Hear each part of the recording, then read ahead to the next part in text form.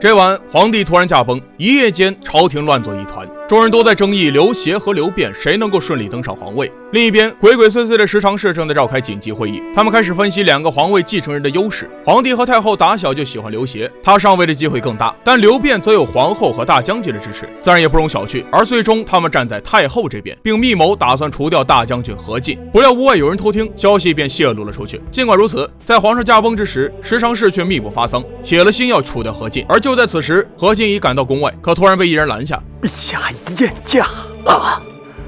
十常侍密不发丧，想图大将军的性命啊！大将军听闻后十分恼火，赶紧召集朝中大臣商议此事，并扬言要除尽阉党。可一旁的曹操却觉得此事不妥，他认为宦官之事在朝廷延伸极广，势力绝非单薄，想要完全杀绝不是一朝一夕的事儿。若事情败露，必遭灭门之灾。可何进不但不听取建议，还羞辱了曹操一番。汝等小辈，安知朝廷大事？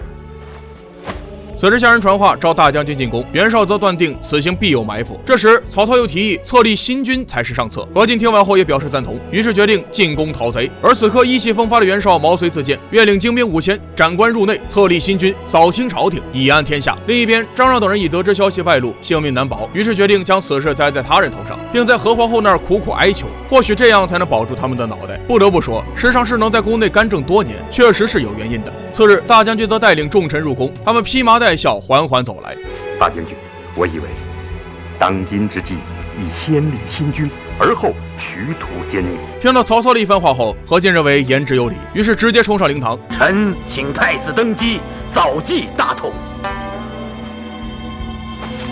说完，便将龙袍挂在刘辩身上。刘辩登基，众人猝不及防，只好高呼万岁。刘辩继位，最大的受益者自然是何氏一家，并且朝廷大权又在何进手中，那今后大将军可谓是呼风唤雨。太皇太后的计划失败，正拿张让等人出气，此时他又出一计，他怂恿太皇太后垂帘听政，将刘协封为陈留王，再加封国舅董为骠骑将军，这样即可与太后平分秋色。次日，何进就听闻了册封的消息，于是便进宫找何太后问个清楚，而太后却十分偏袒十常侍。在一番说辞后，何进也没有再追究，太后也是把整件事的根源都归咎到了太皇太后的身上，并且何进还让他去劝说太皇太后以后不要干政。于是何太后便与太皇太后相见，两个女人在一起，表面风平浪静，背地里却暗流涌动，互相较劲。一番舌战下来，谁都没有说服谁。而何进为了给何太后出气，则假借新帝旨意，将太皇太后遣送回原籍，路上又派人赐毒酒杀害了她。从此以后，何家势力则开始把持朝政。而另一边的十常侍知道了何进派人杀太皇太后，料定他绝对不会放过自己，于是便商量如何除掉何进。在大将军府内，何进正在宴请袁绍，他说本想尽早除掉朝中宦官，可是其中有太后干涉，不知道如何是好。此时袁绍认为可召集四方英雄之士，带兵进京，除去阉宦。到那时候，太后也不得不从。何进一听，直呼妙策妙策。但曹操却觉得此计不妥，而他觉得诛杀宦官只需要除掉其首领即可。但何进显然更信任袁绍，对曹操的意见却是这样回应的：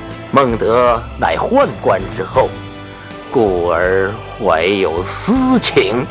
这下可是把曹操气到了。次日，董卓上表领兵进京除宦，何进立马召集群臣商议此事。董卓此次带兵有20余万，如此庞大的军队，诛杀朝中宦官绰绰有余。但众臣认为放董卓进京可能就是个祸患。可何进自以为是，不听大臣们的忠言劝告。另一边，十常侍正跪在太后面前求情，并恳请召大将军进宫，而太后一心软，却答应了此事。殊不知，十常侍早有阴谋，就是借此机会除掉何进。宫廷外，何进正想进宫面见太后，此时有人拦住，告诉他其中有诈。可何进觉得自己的妹妹不会骗人，执意前行。可不成想，十常侍早已埋伏到位，只待何进乖乖入网。而护送何进的袁绍等人早已在进宫门以前就被拦下。何进此时只身前行，不料路上遭遇十常侍的埋伏，就此丧命。宫门外，一颗人头从天而降，袁绍等人这才反应过来，立马冲进宫中诛杀宦官。十常侍等人知道不是袁绍的对手，即带领刘辩、刘协等人逃跑。此刻曹操带兵追杀，带回了刘辩、刘协二人。在路上却碰到了董卓，此人野心勃勃，一肚子坏水，他借此护送皇帝回宫，而心中却在谋划另一件不可告人的大事。此刻宦官消灭，董卓又带兵入京，真正的风暴才刚刚来临。而董卓的阴谋又是什么呢？曹操等众臣又该如何应对？请持续关注，下期为大家更新。